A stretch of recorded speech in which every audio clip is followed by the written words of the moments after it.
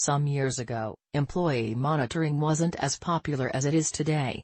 Surely, there were specific means of monitoring like punch cards. Today it seems we have punch cards, times a billion, on steroids. As technology is developing, so are the ways to monitor employees. Companies can now monitor emails, calls, website and app usage, as well as mouse and keyboard strokes. Individual monitoring companies offer remote access to employees' computers or even video recordings of employees' displays.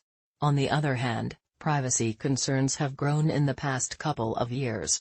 After General Data Protection Regulation, GDPR, and the California Consumer Privacy Act, CCPA, were introduced, many countries followed the lead and started updating their laws in order to provide the people with more control over their data. These laws also started creating a world in which we, as data subjects, became more aware of the ways our data is being misused. What does privacy have to do with employee monitoring? Everything. There are specific ways monitoring affects privacy, employee engagement, satisfaction, etc. There are also certain legal implications involved, privacy laws, work directives, and wiretap laws to abide, and we will explain everything in this post. How employee monitoring affects workplace privacy.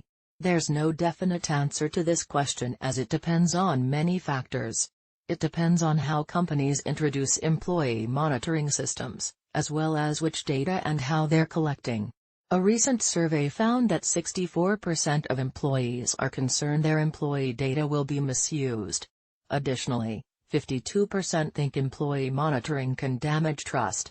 However, 92% of employees are willing to share their data if it will help them improve productivity, well-being, or to get some other benefits.